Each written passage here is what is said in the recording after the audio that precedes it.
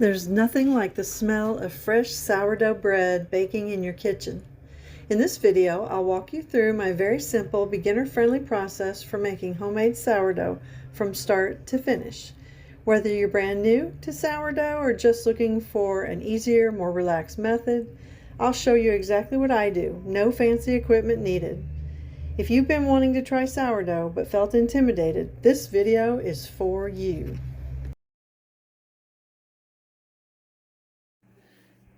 Hello, today I'm going to be starting some sourdough bread, and it takes a few days in the process of getting to baking a loaf of sourdough. So I'm going to take you from the start through the finish, and today I'm going to take my starter. I keep it in this jar. This is probably not an FDA approved recipe or thing, but it works for me. And I'm just sharing what I do. So way back when I started this sourdough starter with bread flour and buttermilk. That's how I do it. People do things differently. But I've had it for a couple years and I don't discard. I know in a lot of videos you'll hear people say that they discard. I don't. I keep it and keep it in the fridge. Okay, now when I'm getting ready, I know I'm going to be making a loaf of bread in the next couple days, I'll take it out of the fridge for a few hours to get room temperature. Okay, and you keep this little top on it, and right now it's room temperature. Okay, and I used bread dough. Bread flour. I use King Arthur Baking Company unbleached bread flour. A lot of people, I can't afford the better flours, I forget what they're called, but I don't just use regular flour like you get at Walmart or the grocery store. This is from the grocery store, but it's a little bit better flour. It has more wholesome ingredients, doesn't have a lot of bad stuff in it. So this is unbleached bread flour.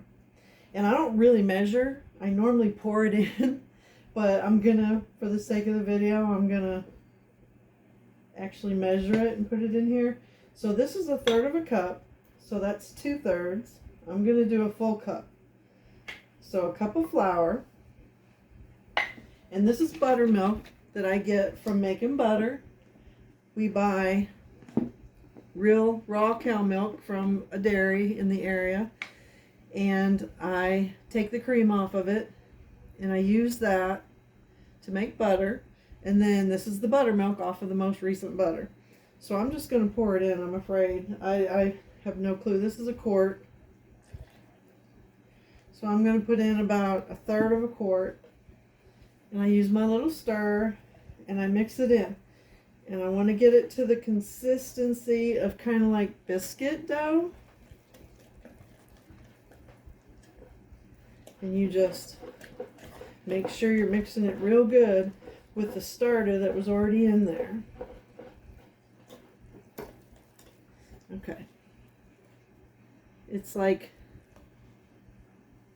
sort of like biscuit dough. Doesn't run off of the, you scoop it up. You see how it's almost gummy looking, like biscuit dough? Okay, at least some biscuit dough. So, I know a lot of people are going to be like, ew, you know, like bacteria or whatever. This is good bacteria. It's probiotic for you. And it does look different because we've been so cultured and taught to have everything so sterile. But probiotics are good for your digestion. Okay.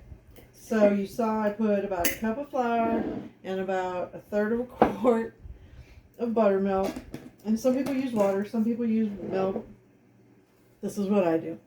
And so it's in here. I got this off of Amazon. You can get them on Amazon. And it came with a little, and it also came with a band that went around it that would tell you, you would put the band so you'd remember, you know, where you started, because this is going to expand overnight in here. I'm going to leave it overnight. and it'll expand. So you want to know where you started. But I'll just have to remember because the band got too loose. And on the other side is a thermometer, and it kind of tells you what the temperature is pretty much in the room. But I don't really use that so much. It is what it is. It's probably 68 in here right now. We turn our air conditioner or heat or whatever, we keep it at about 65 at night, so it will expand quicker and better in a warmer environment. But it is what it is. We like a cool environment when we're sleeping. So that's all you got to do to start. Like I say, a day or two before you know that you're going to be baking bread is when you do this, because you need to take it out of the fridge, keep it for a few hours room temperature, add these things, and overnight you're going to let it sit and it'll expand. And then tomorrow I'll mix the ingredients, make my dough, and then you let your dough sit, and after a while you stretch it, roll it, put it back in, let it rise some more. You do that 2 or 3 times, and that takes about a day. So this is Wednesday, so I'll be doing that on Thursday, and then probably Friday morning I will bake the bread. So you will see lots of different ways of doing sourdough. I like my sourdough to be bread shaped. So these are the pans that I use, actual bread pans. And some people like it in a little ball shape, and some people do it in a cast iron Dutch oven. I do it in my bread pans, and it makes a loaf of bread. Here's the one we're working on right now. I try really hard to never touch my bread. I always put paper towel over it. If I'm going to pick it up, I pick it up by the paper towel. Let me turn it. That's what my bread looks like. It's good for sandwiches. We make French toast with it. That's the bottom. That's the top. And again, I like to keep paper towels in there. I really believe that it doesn't mold as quick if you don't touch it. And you know, it's fresh bread when you make it, so if you want it to last over a week, you probably want to put it in the fridge. I don't like bread that's been put in the fridge, so I just take that extra precaution of not touching it, and it'll last a week. Beyond a week, it may start to get some mold, and you don't want that. You want to eat it before then. I usually make 2 loaves a week. This is the second loaf, and we're about halfway through it. That's why I know in a couple days I need to make bread, and that's why I took this out and got it going. Okay, so that'll be it for this part of the video. Tomorrow I'll go through the ingredients and what we do. Okay, now we're ready to go ahead and start mixing up the dough. I wanted to say that the flour I couldn't think of is einkorn flour. A lot of people use that because it's supposed to be like one of the healthiest old world flours, but it's very expensive. This King Arthur organic bread flour is about $7 a bag. I think it's a 5-pound bag at my store, so even that's a little more than regular flour, but I think it's worth it. And the King Arthur has a higher amount of protein and gluten, which is why it's good for an airy, chewy bread that needs time to rise. Softer results is what you're going to get.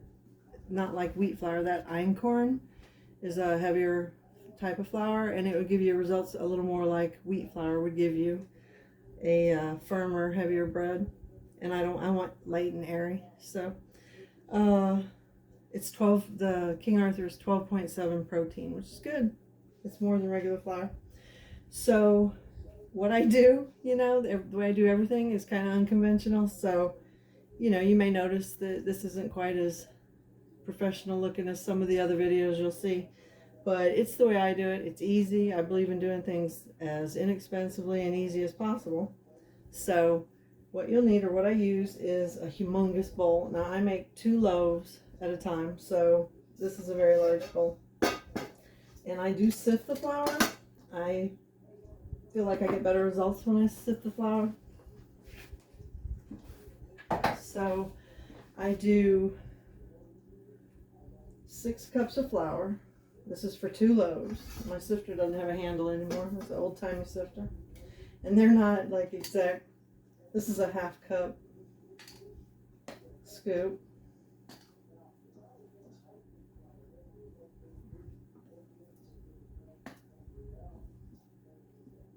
Another thing you'll see in my videos is I'm messy.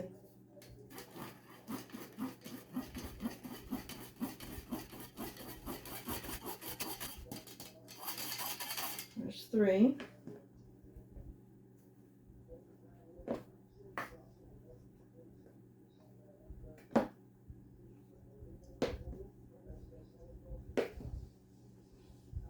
Alright, that should be close to 6.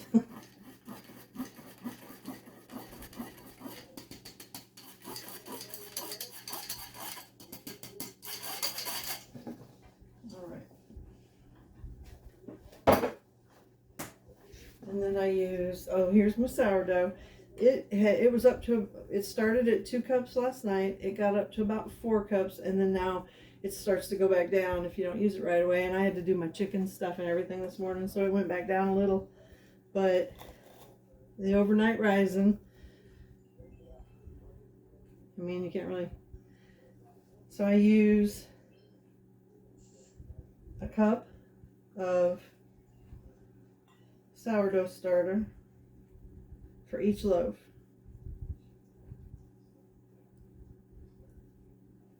And everything I measure is kind of approximate.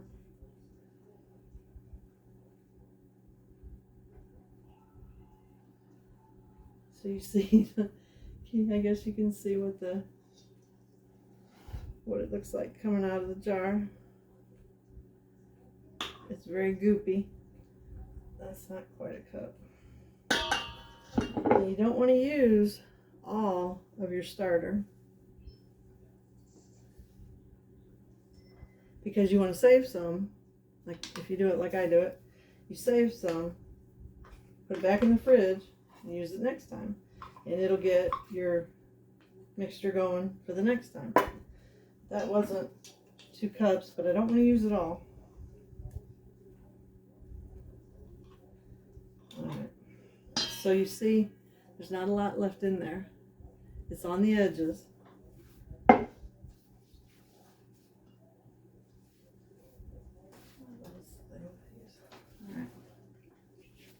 So what I'll do is get my bread flour, my King Arthur bread flour, put some more in there, some more buttermilk, and get it going again. Let it sit out, let it rise, and then I'll put that back in the fridge for next time because I like to have about a cup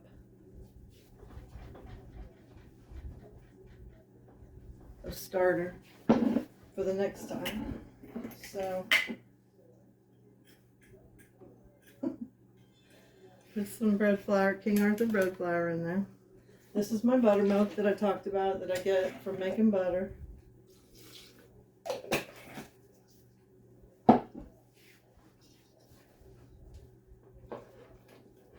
I'll mix it up with the little bits that's left on the side.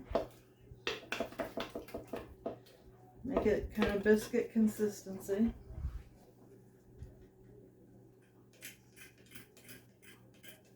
After you do it a few times, you know what I'm talking about. You won't really necessarily, necessarily feel the need to measure, but I know some people they want to measure. And you get it all mixed up good.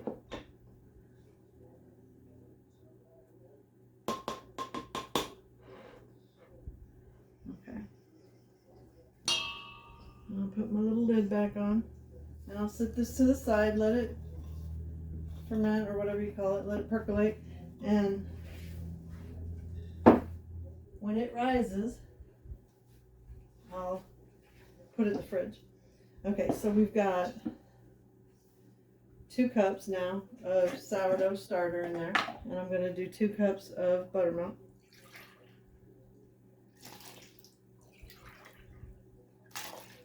All right, and those I actually do measure.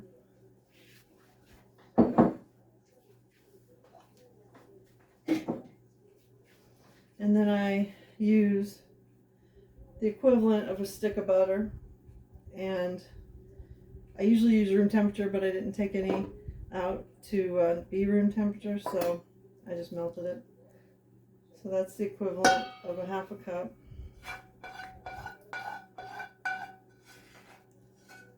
Of butter.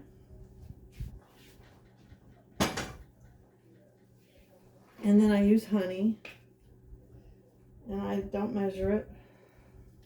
It's getting kind of thick.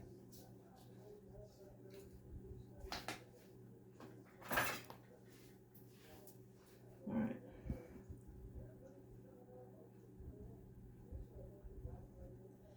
I guess I would use about four to 6 tablespoons of honey. Again, I don't really measure it. Now, when I was making that sourdough starter for the first time, I had watched a video on YouTube, a channel that I subscribe to, and it's called it's called Survival HT. Survival HT.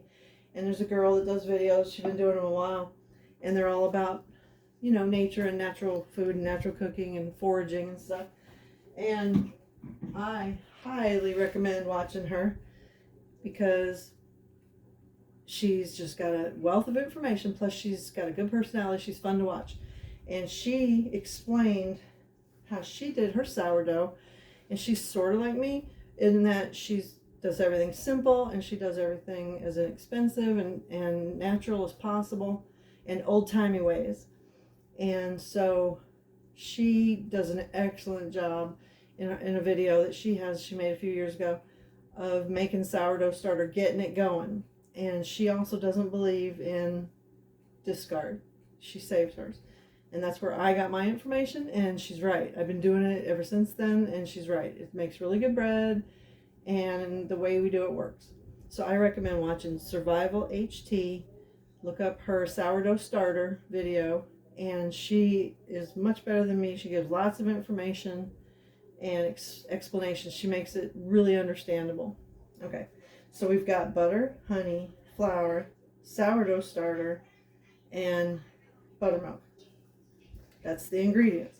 Now, if you want to put some salt in there, you can put some salt in there. And you're going to mix, get the dough mixed up. I start with a spoon to get it as mixed up, get it going mixed up. And then I'll use my hands. That's another thing some people aren't thrilled with, is using their hands. But if you watch my videos, you'll see that I use my hands for a lot of things. And I believe in, wash your hands and you're fine. I'm not that worried about it. If you don't want to use your hands, you don't have to use your hands. I'm going to put a little more flour in there. Make it just a little bit thicker. That's why I don't have my rings on whenever I'm in here cooking, because this will get all gooped up if you have any stones on your ring. And it's just not worth it. I take my rings off. So you want, if you've made bread dough before, you'll know what I mean, but you want a bread dough consistency.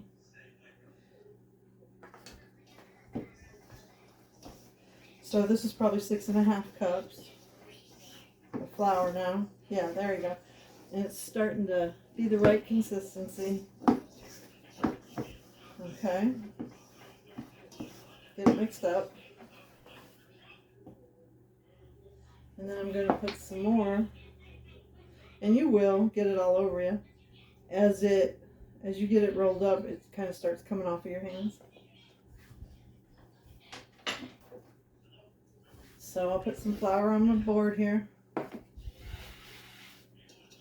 going to dump it on there. You can see all of it came out of the bowl. So now you got this blob. You're going to start or continue mixing it. Get all the little pieces that fall off. Okay.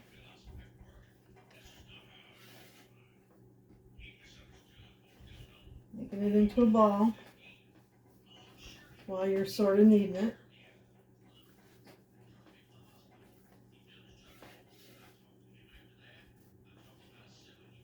So it's pretty well mixed now. Then what I do, because it's easier, and you'll see I do things easier, I cut it in half with my little cutter and put one to the side. All right, put some more flour. And then you start kneading it. And you're going to knead it like this.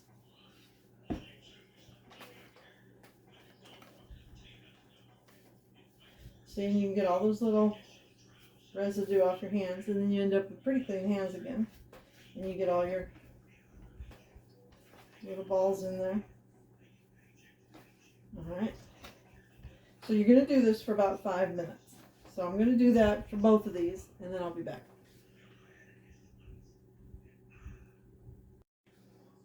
Okay, so you've kneaded your dough for about 5 minutes each one. I mean, I do them individually. You could do the whole thing. I feel like it works better when you do them individual like that. And this is, this is how I knead. I kind of use the balls in my hands, roll it around, and then you end up with a ball of dough. This is the other one, and it's mushy kind of, it's got a good consistency. And then now this is some old world type stuff you're going to hear because it may be unconventional. I don't know. I know a lot of people do similar. But I have these ceramic bowls. I put it in there. Here's the other one. I used to put flour in them first so it wouldn't stick, but they really don't stick that bad. So I put them in these bowls. And you take a very clean, new type towel. I use dish towel. And then I put the towel over them. And I'm going to be sitting them on another counter out of the way. But I'm showing you here because I have a small kitchen. So then, and this is it gets weirder part, I use beach towels, but I take other towels and I put over like that.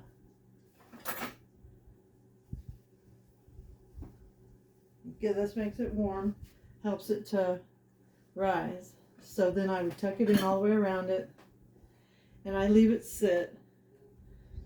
And there's no set amount of time, and I still have a little part-time job, and I have a garden, I have chickens, so time varies. But a few hours at least. I let it sit under these towels, let's say 6 hours. Then, and I'll video it, but after about 6 hours, they'll rise, and I'll take them out and I'll stretch them and I'll knead them some more. Then I'll put them back in these bowls. I'll put the towels back over them and let them sit another 6 hours or so, if not overnight. Then I'll take them out and they'll rise some more, and I'll take them out and I'll stretch them some more and knead them some more and put them back in these bowls, cover them back up, and then maybe an hour. Another thing I do sometimes is after that second stretching kneading, I'll put them in my bread pans. I'll put each one in a bread pan and then, put it in there, and then I'll put the towels over the bread pans and let them do that last rise in the pan. And then when you do it that way, you get a prettier looking loaf. It's still the same as far as, consistency and taste and everything, but it looks pretty if on that third time you put them in the bread pan, let them rise. But for now, we're going to stop here. I'm going to move these over to my other countertop, and they'll be covered and tucked in for at least 6 hours. So that's what they look like on my countertop, and you can see I have a very tiny kitchen, and that's why I don't video too much over here, because it's packed. I've got my eggs that I'm saving up for water glassing. I've got my sourdough that I'm letting rise again before I put it up. And then I've got my toaster and my cutting boards and my bread box. And then this. And this will sit. And then I'll show you what we do after that. I also wanted to show you that while it seems like it makes a big mess and a lot of dishes, this is all the dishes. It's really not that bad. And my cutting board, I'll have to wash it. But I always wash as I go, so that's not too bad. Okay, they have been sitting for 8 hours, and I'm going to show you. I'm going to take my towels off.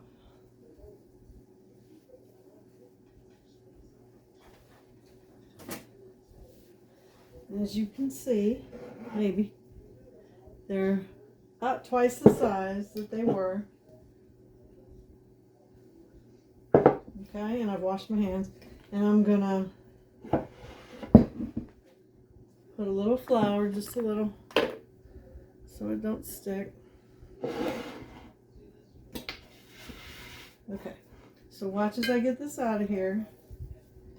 See, it's all full of air, kind of. And you just take it out, and it didn't stick. And I'm just going to set this over here. I'll wash it in a minute. But I'm going to stretch it, fold it, stretch it, fold it, stretch it. It gets a little more resistant the more you do it, and you do it until, you know, it's pretty resistant. Then you're going to knead it. Not a lot, just some. Not necessarily like 5 minutes like the last time.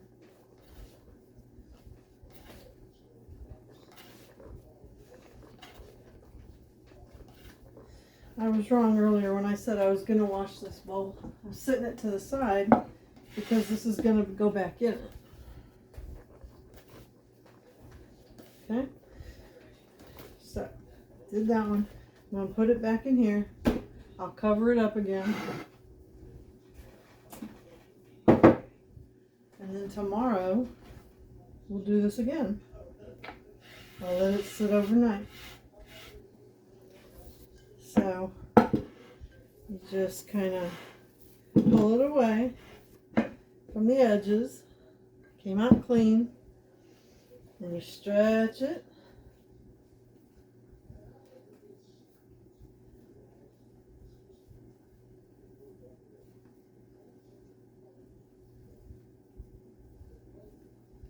So it kind of resists a lot, and then you're going to knead it some.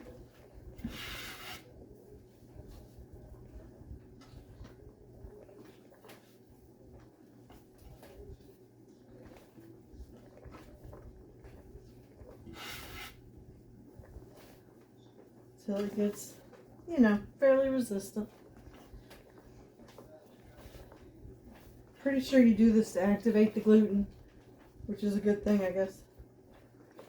Alright, I'll put it back in my bowl, and I'll cover them again, and then we'll be doing this again tomorrow.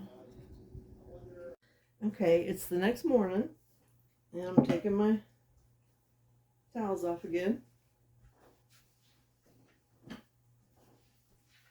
And you see that they poofed up again, rose up again. So you're going to ease it away from the sides. We're going to stretch it. You can feel the consistency getting a little firmer. Okay. I just do this to kind of seal up the seam. Then put it in my pan.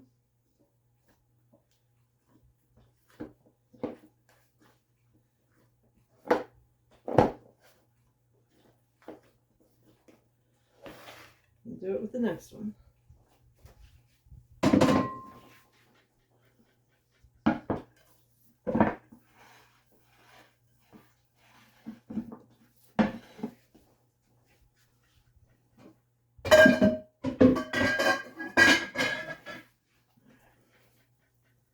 It's still a little sticky, but I don't think I'm going to need more flour.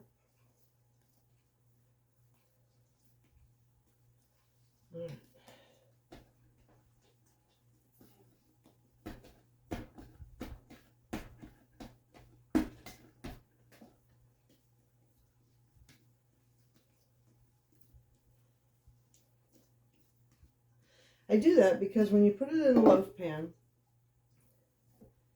if there's an opening where the fold was, when it rises, it'll leave a crack, kind of, which is fine, but I don't really want a crack in my bread except across the middle. So I'm going to put the towels over these, let them sit for a couple more hours, and then when I come back, I'll slit them and we'll bake them. Okay, it's been a couple of hours. We take our towels off. You see they've risen up a little bit. And I take a sharp knife and I just go down the middle.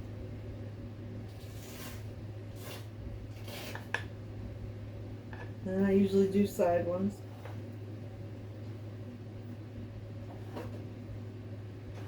And I'm preheating my oven to 385. That's what I bake them on for my oven. 400 is what the recipe would call for, but I do 385. I like mine to not get too dark. I'll do it in the oven. Once it's ready, they'll go in for about 40 minutes, and then I'll check them. I'll take the same knife and I'll poke it down the middle, and if there's nothing left on the knife, then they're ready. It usually takes between 40 and 50 minutes. Okay? Here, I'll show them to you. There you go. All right, these are the finished product.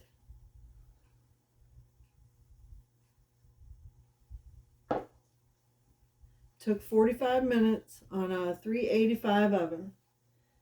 And I will put the ingredients and the approximate recipe in my description. I hope you enjoy this video. I hope if you're going to try sourdough, I hope it works out good for you.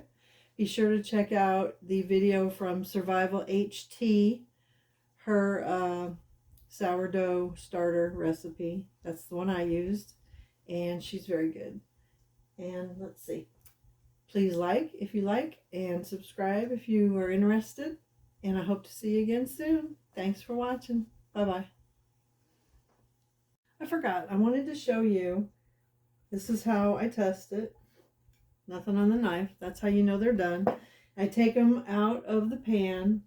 And this is another unconventional thing that I do. But I cover them after I take them out of the pan. I cover them up with my dish towels and my beach towels.